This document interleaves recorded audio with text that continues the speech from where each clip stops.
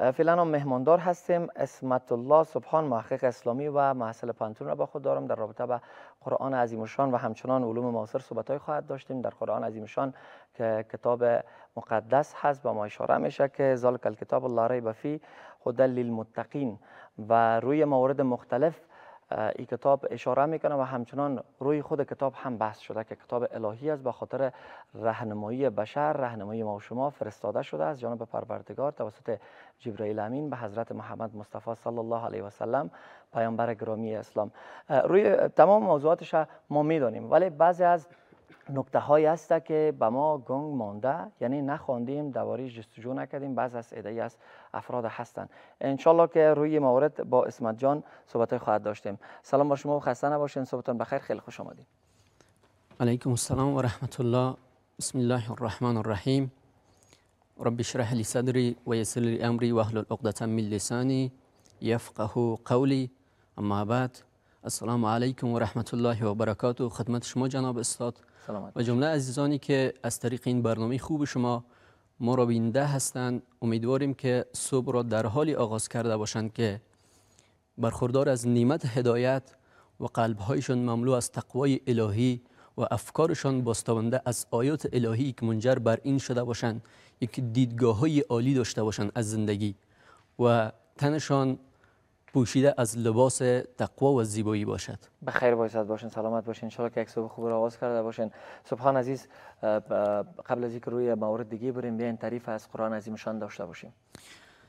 سوال خیلی بزرگی هست که باید در جهان هستی همه این را بدانند. از اونجایی که قرآن نزول پیدا میکند تا به امروز دانشمندان بزرگی آمدن تعریف های مختلفی از قرآن کردند، ولی زیبا اینجا می شود که ما بریم تعریف قرآن را از خود قرآن بدانیم.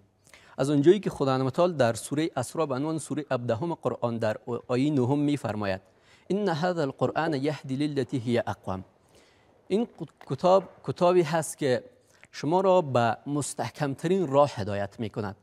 هدف از مستحکمترین راهی است که ما از اون اوج زیبایی های بهشت وقتی که به این کره خاکی آمدیم و این کتاب آمده اینجا که دست ما را بگیره، دوباره ما را به همون زیبایی ها برساند.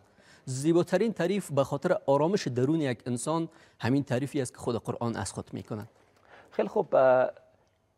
کتاب مقدس قرآن در کنار از اینکه به خاطر راهنمایی بشر فرستاده شده است، معجزه پیامبر گرامی اسلام همچنان عنوان شده است. چرا معجزه است؟ چه دلیل هست؟ باید در رابطه با این سخن ما بریم به ابتدای نزول قرآن مراجعه بکنیم. از آنجایی که قرآن نزول پیدا می کند تا به امروز ادوار مختلف بالای قرآن گذشته است. اگر ما بریم قرون وسطا و یا هم قرون صدی اول قرآن را مطالعه بکنیم، دیدیم که ما قرآن در بود ادبیات بزرگترین و به عنوان بهترین کتاب جهان هستی انتخاب شد. بعد سالیان بعدی که بر قرآن گذشت، یک تعداد انسان ها آمدن از قرآن طلب معجزه خواستند، ولی قرآن بی جواب نبود در این خواسته ها. خیلی خوب. آمد بزرگترین معجزه ها را برای جهان هستی و برای بشریت معرفی کرد. بزرگترین معجزه ای که خداوند متعال در قرآن حرف میزند که تا به امروز ما شاهد آن هستیم، در سوره حجر به عنوان سوره 15 قرآن آیه 9، همچنان سوره بقره به عنوان سوره 2 قرآن آیه 23 خداوند متعال از حفاظت قرآن حرف میزند. اینکه اگر تمام انسان ها و جنیات با هم یک جا شوند، نمیتونند که یک حرف قرآن را تحریف بکنند. بزرگترین معجزه ای است که خود میتواند انسان را به طرف خود بکشاند این معجزه. و بعد ما در مرحله رسیدیم که قرآن ما با علوم معاصر درگیر هست و بدون شک قرآن ما در این مسئله هم جوابگویی برای تمام بشریت دارد. خیلی خوب. سبحان عزیز، قرآن عظیم شان بدید مسلمان ها، از بیشتر مسلمان ها کتاب است که به خاطر راهنماییشان فرستاده شده. همه ما باور اعتقاد داریم. یک موردی که زیادتر اعضای ما فکر میکنند و این موضوع است که خود شما اعضا شاید دیده باشین و ایتو افراد را، و این یک موضوع است که حقیقت است. ما گفتم در رابطه با این بدانم. بیشتر افراد فکر میکنه قرآن عظیم شان تنها کتاب توحید و یگانگی خداوند است که اشاره میکنه و کتاب دینی است و عقیدتی است. آیا قرآن عظیم شان روی علوم معاصر، علوم عصری و علوم دیگه اشاره کرده تنها بستگی به توحید داره و یا هم موارد دیگه؟ سوال خیلی خوبی که امروز باعث شده این دیدگاهی که برای انسانها از آن جمله کسایی که بر قرآن معتقد نیستند بسازند. این که قرآن را آمدن فقط 4 داستانی که در قرآن مثلا میگن ذکر شده فقط بر این استوار هست و یا هم مسائل بسیار کوچکی اونجا بحث شده. ولی اگر ما بریم قرآن را یک کمی عمیق‌تر مطالعه بکنیم، از آنجایی که خداوند متعال از بحث خلقت انسان آدم شروع میکند تا آنجایی که در مورد خلقت‌های بزرگ چون جهان هستی، خلقت آسمان‌ها و زمین حرف میزند، کلاً در مورد علوم معاصر از آن جاهایی حرف میزنند که احد بشری از اونجا قدرت حرف زدن را ندارد. دقیق. قرآن ما جوابگو بر تمام پاسخ‌های بشر از لحاظ علوم معاصر هست. و طور مثال ما ببینیم قرآن را اگر مطالعه بکنیم در مورد یک علوم چون علم طب، خیلی علم بزرگی است که امروز بشر توانستیم به حد اوج برسانند این علم را، ولی خداوند متعال در آیات متعدد از زوایای مختلف در مورد این علوم حرف میزند. از آن جمله سوره حج به عنوان سوره 22 قرآن در آیه 5، همچنین سوره سجده به عنوان سوره 32 قرآن آیه 7 8 9، سوره مؤمنین به عنوان سوره 23 قرآن آیه 10 11 12، سوره قیامت به عنوان سوره 75 قرآن آیه 37 38 39، سوره انسان به عنوان سوره 76 قرآن آیه 2.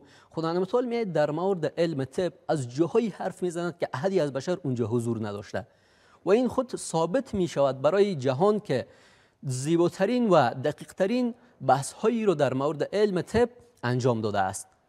و یک تفاوت بزرگی که اینجا ما می توانیم در قرآن مشاهده بکنیم، اگرچه امروز جهان و علمای غرب بر این می بولند که ما توانستیم که این علوم را بر جهان پخش بکنیم، درست است که در قرآن بیان شده، ولی ما ببینیم درست است که امروز توانستن علمای غرب علوم معاصر را کشف بکنند.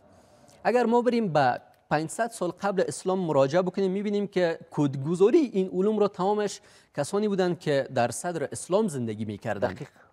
و بر علاوه این درست است ما بر این باور هستیم که جهان غرب آمد علوم را به حد اوجش رساند، ولی در پهلوی این همه کشفیات یک سوال لاجواب مانده، این که چرا با این قدر آسایش ها نتوانستند که انسان ها را به آرامش واقعی برسانند.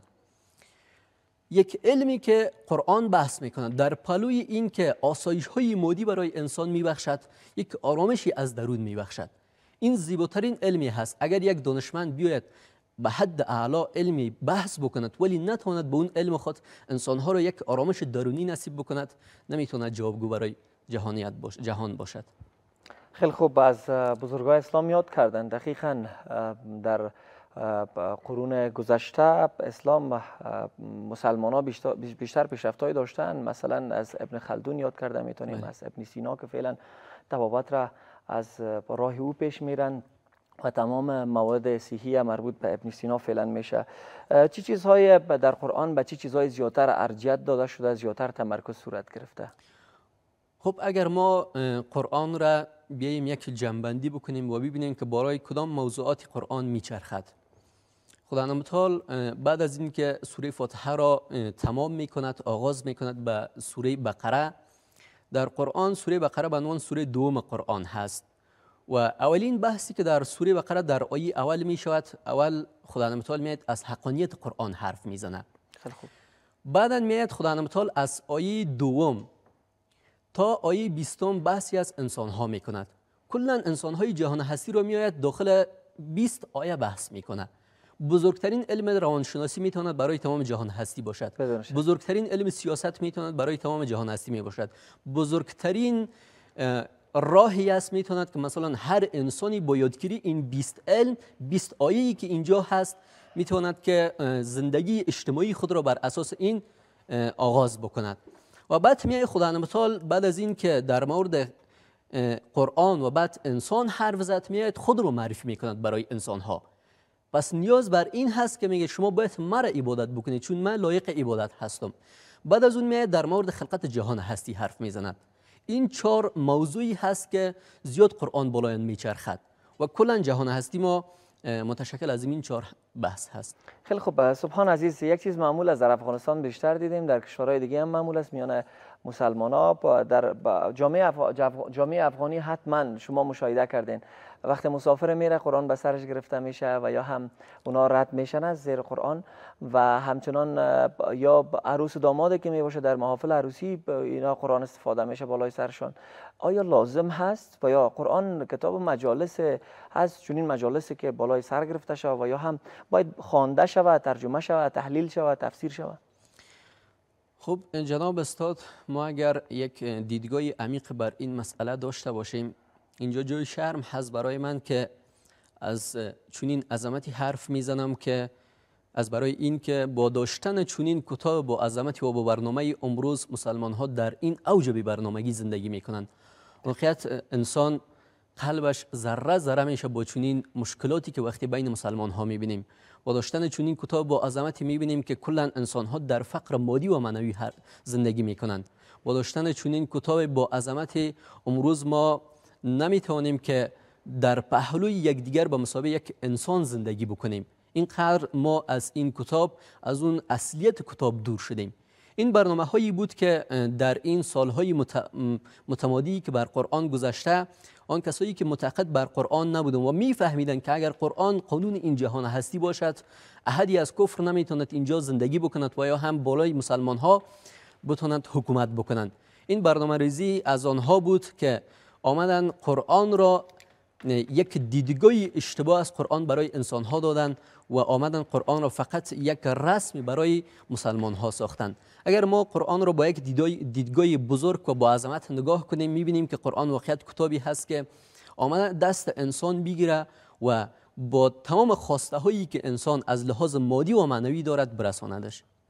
خیلی خوب. چی چیز لازم است که انجام بدیم برای پدرها و مادرای فرزندان کوچک دارن؟ الحمدلله همه ما مسلمان هستیم، در یک کشور کاملا اسلامی زندگی میکنیم و اولین مکتبی که بعد از خانه می باشه مدرسه است یا مسجد است که ما میریم از الفبای قرآنی، الفبای عربی شروع میکنیم، اما خوانش خود را، علم خود را تهدابش می باشه ما اوجا میریم.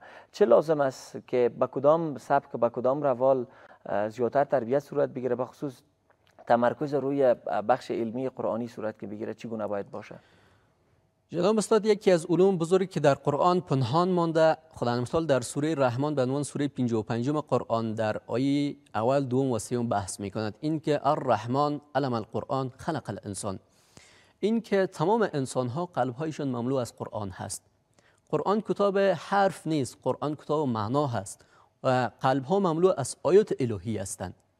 ما فقط خدای متعال همچنان بد میآید این مسئله را به خاطر اینکه خوب درک بکنیم. در سوره زاریات به عنوان سوره 51 قرآن در آیه 21 میفرماید که و فی انفسکم افلا تبصرون، باید شما قرآن را میگه داخل وجودتان پیدا بکنید. قرآن کتابی نیست که ما آن را بریم داخل خط به دست بیاوریم. این نکته و مسئولیت هایی هست که خود قرآن برای ما میسپارد. و مسئولیت های بزرگ دیگری هم هست. مثلا باید حکومت ها سرمایه گذاری های هنگفتی باید داشته باشند در این که برنامه های قرآنی واقعی بسازند برای تربیت نسل انسان ها. امروز اگر ما بتوانیم در هر خانه یک دانه تربیت شده قرآنی داشته باشیم، فکر نمیکنم با این همه مشکلات مادی و معنوی ما دچار باشیم. اگر ما بتوانیم که یک مرکز واقعی برای این داشته باشیم تا بتونیم یک قرآن واقعی و یک دیدگاه های قرآنی برای انسان ها بتیم، فکر نمی کنم که امروز افغانستان زیبای ما در این همه مشکلات به سر ببرد. پس مشکل اساسی اینجا هست که ما از قرآن با آن شکلی که باید استفاده بکنیم استفاده نکردیم. بیاییم قرآن را الگوی زندگی خود قرار بدیم و انسان هایی باشیم که به مسابقه از انسانی که یک ماه هست آب ننوشیده و تشنه‌دوان به پشت آب هست و میخواهد که زمین را بشکافت و آبی برای خوردن خود پیدا بکنند، این گونه باید ما تشنگان قرآن باشیم. اگر ما این ذهنیت رو برای اطفال خود و برای نسل جوان خود دادیم، بفهمیم که این کشور به اوج ترقی و علم و دانایی و کمال میرسد. خیلی خوب. رسالت ما در مجموع نسبت به موارد اسلامی، نسبت به قرآن عظیم شان چی است؟ از دفاع گرفته تا خوانش. بزرگترین رسالت یک انسان اول رسالت شخصی خودش هست. خیلی خوب. هر چیزی را منبعی است در این جهان هستی و هر چیزی به دنبال منبعی خود هست. انسان هم باید با این قرآنی که فرستاده شده از این منبع استفاده بکند به اون اصلیت واقعی خود را برساند. بعد بیاید به مسابقه ترکیب زیایی از وجود خود یک انرژی مثبتی برای جهان بخش بکند. درست. دیدیم که شخصیت‌های بزرگی چون مولانا و امام ابو حنیفه بزرگ آمدن این کار را کردند. امروز نامشان سرتاج تمام اسمهایی هست که در جهان هستی ما می‌بینیم. پس ما باید اول مسئولیت خود را از قرآن برداریم، بعد بیاییم مسئولیت جامعه خود را برداریم، بعد مسئولیتی که قرار هست ما به یک دنیای دیگری بریم که به عنوان روز محشر هست و اونجا بعضی مسائل دیگری که هست. خیلی خوب، خیلی سپاسگزار هستم اسمت الله سبحان، محقق اسلامی و مسئله پنتون در رابطه با قرآن عظیم شان و علوم معاصر ارتباط مستقیم داشتن، صحبتایی داشتیم. پیام شما را داشته میباشیم. پیام اخیر این هست که بیاییم زندگی را از همین لحظه آغاز بکنیم. از ثانیه ها نه، لحظه هزارم مرحله یک ثانیه هست. از اونجایی آغاز بکنیم که خیلی نزدیک هست و یک زندگی باشد که قرآن با ما خلط باشد و ما با قرآن خلط باشیم. زندگی باشد که اگر قرآن را در روز استشمام نکردیم باعث مرگ ما شود. زندگی باشد که قرآن به عنوان راهنمای زندگی ما باشد. دقیق. اگر ما به این برنامه زندگی بکنیم ان شاء الله که میتونیم تمام جهان هستی را جذب خود بکنیم و انسان‌هایی که امروز از قرآن دیدگاهی بد دارند آنها هم مشتاق قرآن شوند و بیایند که این قرآن را سرمشق زندگی خود قرار بدهند. خیلی خوب، خیلی سپاسگزار هستم از شما، از حضورتان، از معلوماتتان. سپاسمند هستم. وقتتان خوش، موفق باشین. سلامت. سپاسگزارم.